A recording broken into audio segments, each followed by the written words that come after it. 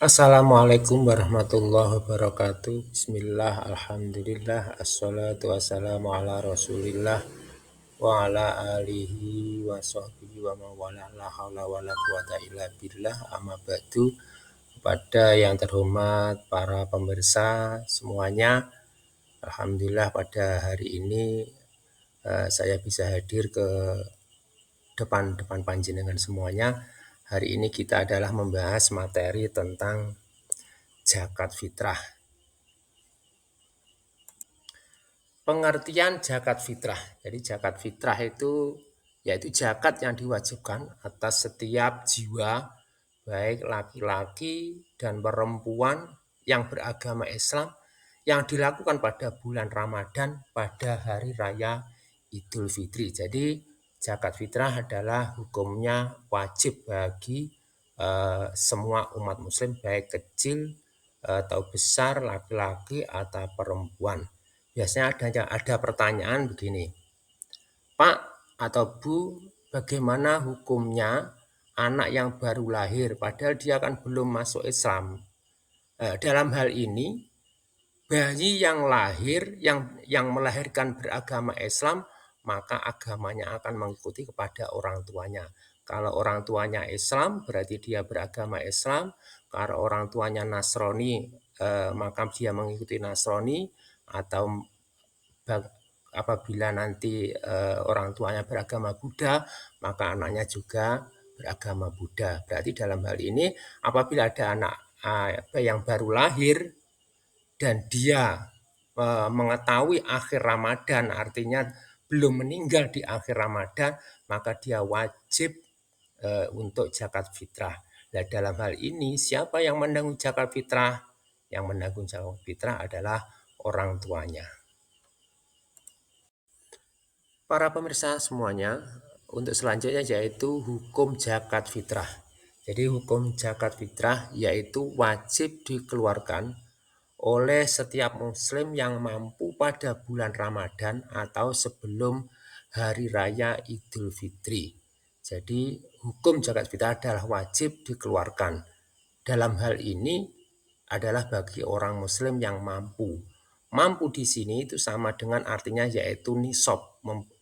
Jadi untuk zakat fitrah ini memang tidak sama nisabnya dengan zakat mal. Kalau zakat fitrah yaitu nisabnya apabila seorang muslim itu mempunyai bahan makan pokok sampai di akhir Ramadan. Artinya pada waktu hari raya Idul Fitri orang itu mampu untuk makan dalam satu hari itu. Jadi apabila di hari raya Idul Fitri itu beliau mampu makan dengan bahan pokok yang layak, maka beliau diwajibkan untuk mengeluarkan zakat. Berapa besarannya? Yaitu 2,5 kilogram. Untuk selanjutnya, waktu mengeluarkan zakat fitrah. Jadi untuk zakat fitrah ini memang waktunya tidak hanya satu waktu. Jadi untuk zakat fitrah ini waktunya ada 5, yaitu yang pertama ada wajib, yang kedua ada jawas, yang ketiga ada makruh, yang keempat ada afdal, yang kelima yaitu haram. Jadi memang ada 5 hukum waktu mengeluarkan zakat fitrah. Kita bahas yang pertama yaitu wajib. Waktu ini ditandai dengan terbenamnya matahari pada akhir Ramadan. Waktu ini sangat diwajibkan bagi kaum muslim yang belum membayar zakat. Jadi waktu yang diwajibkan yaitu pada waktu matahari terbenam di akhir Ramadan atau biasanya kita pada waktu mulai takbir dikumandangkan. Jadi dia adalah waktu yang wajib bagi membayar zakat fitrah. Para pemirsa semuanya, waktu pengeluaran zakat fitrah yang kedua yaitu jawas. Apa toh jawas itu? Jawas yaitu waktu yang diperbolehkannya membayar zakat dimulai sejak awal Ramadan hingga menjelang sholat Id. Jadi memang untuk zakat fitrah itu waktunya mulai awal Ramadan sampai akhir sholat Id atau menjelang sholat Id.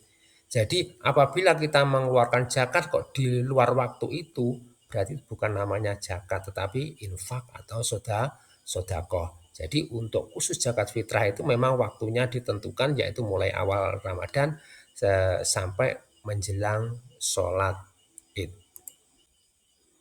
Selanjutnya untuk waktu mengeluarkan zakat yang ketiga yaitu afdal, yaitu sebelum pergi menjalankan sholat hari raya Idul Fitri. Jadi ini adalah waktu yang paling baik mengeluarkan zakat fitrah, yaitu sekali lagi sebelum pergi menjalankan sholat hari raya Idul Fitri.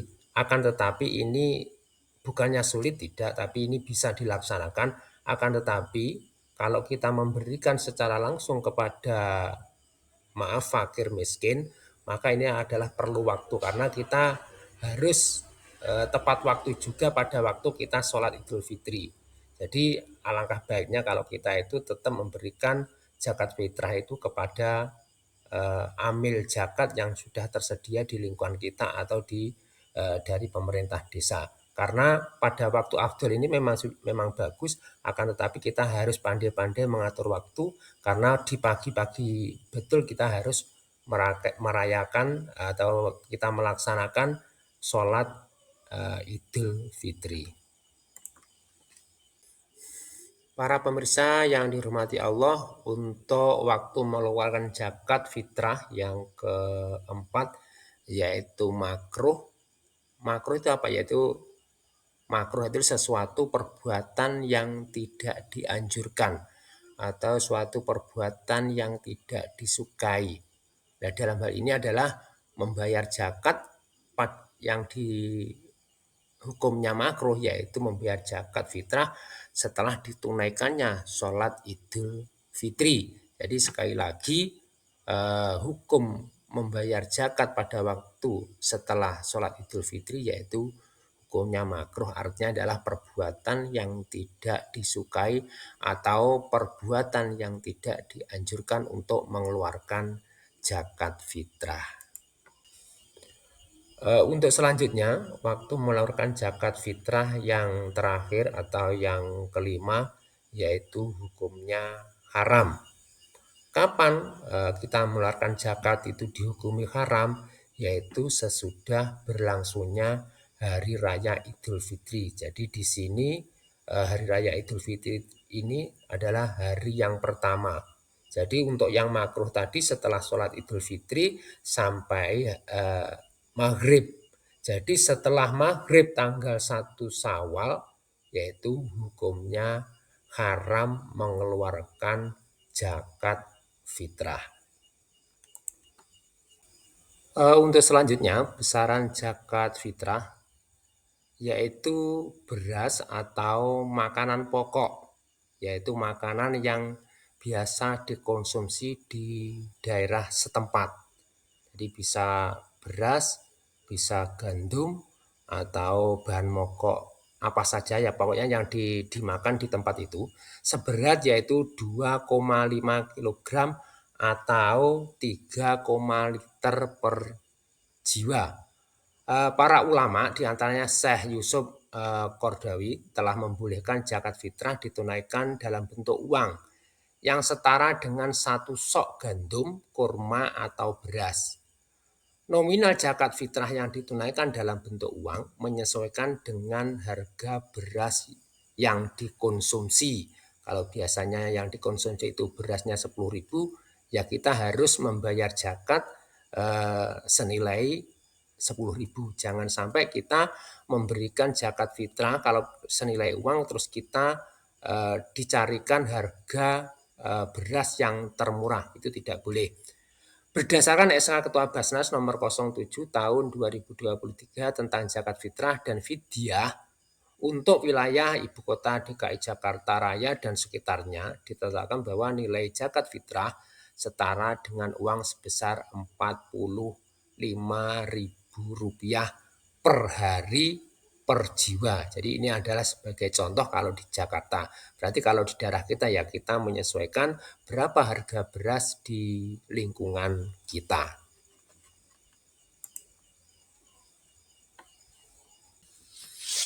Para pemirsa yang dirahmati Allah Subhanahu wa taala, untuk syarat wajib zakat fitrah yaitu ada 3. Yang pertama yaitu muzaki, memeluk agama Islam. Muzaki adalah orang yang membayar zakat harus memeluk agama Islam. Tadi sudah disampaikan di depan bagaimana Pak kalau anaknya masih kecil atau masih bayi atau baru lahir. Sudah saya sampaikan di depan bahwa anak yang baru lahir atau masih kecil yang belum bisa mengucapkan kalimat syahadat, otomatis agama anak itu adalah mengikuti agama orang tua. Apapun agamanya orang tua, maka status anak adalah sama dengan agama orang tua. Untuk selanjutnya yaitu merdeka, tidak sedang dalam kondisi perbudakan. Tapi ini insya Allah kalau di Indonesia sudah tidak ada, karena Indonesia semuanya orang sudah merdeka. Yang ada yaitu pada zaman dulu posisi yang ada di Arab.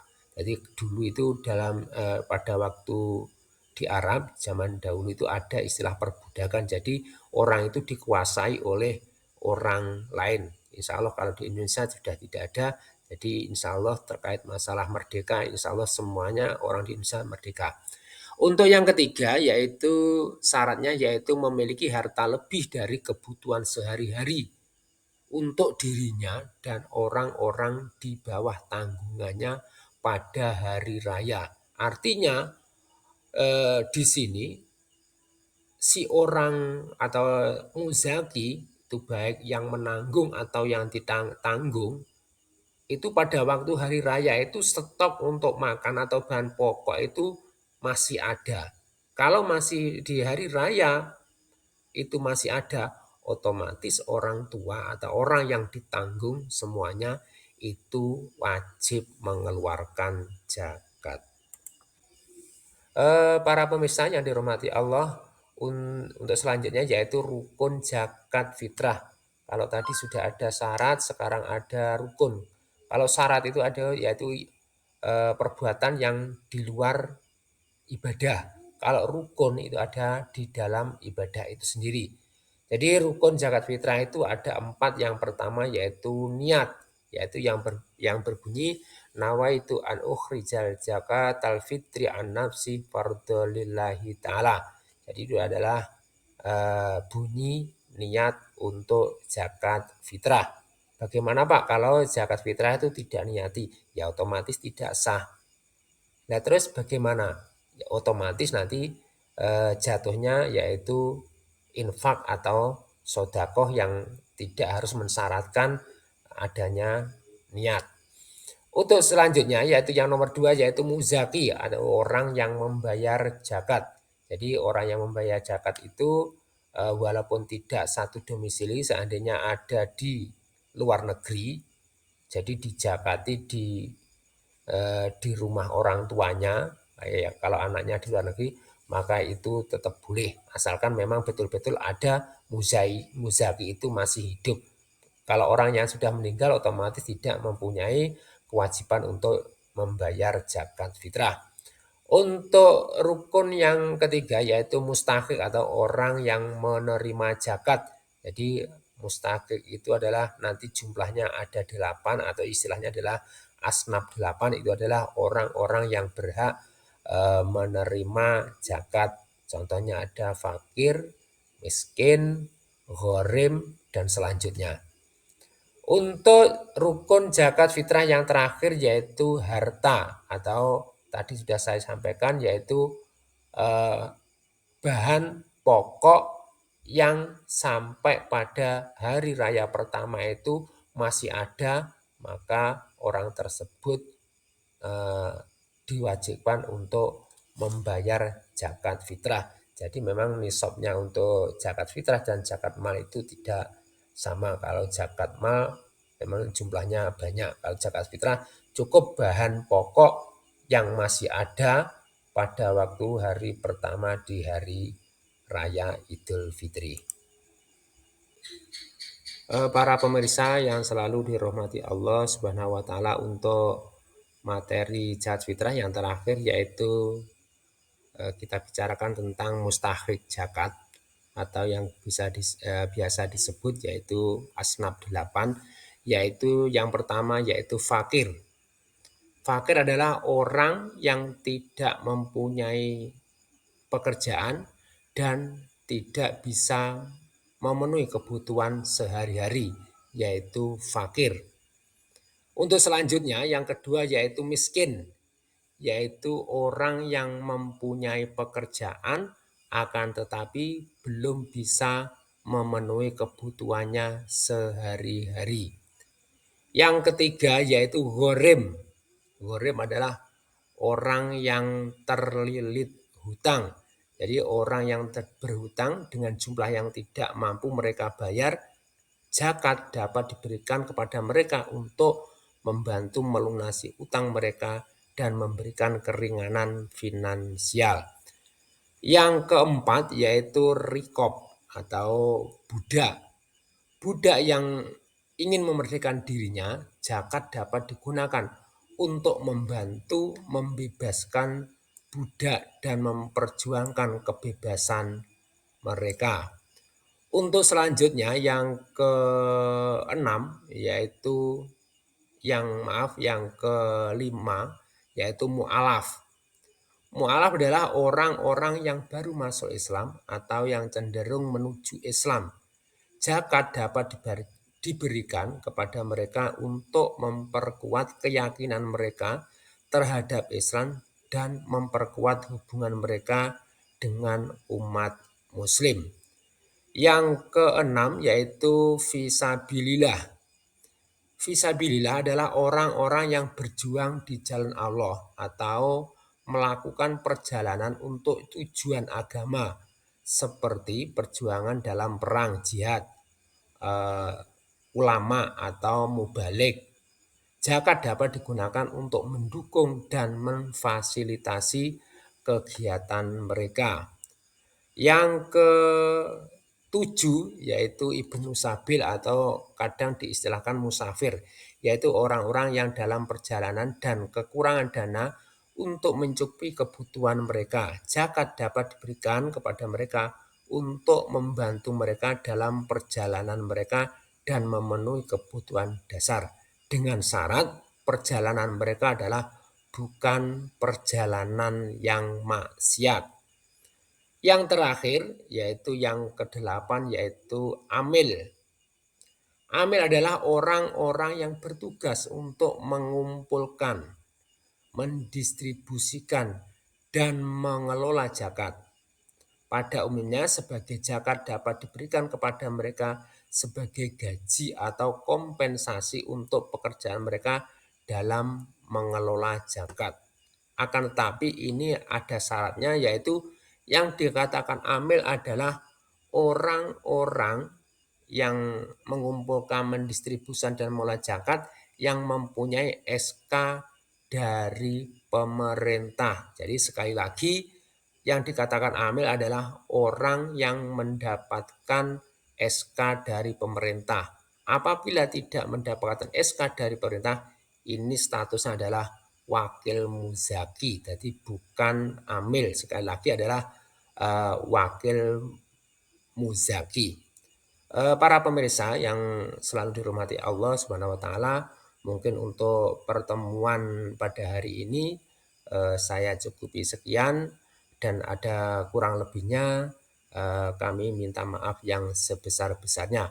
Billahi taufiq wal hidayah waridho wal inayah wal afu minkum. Wassalamualaikum warahmatullahi wabarakatuh.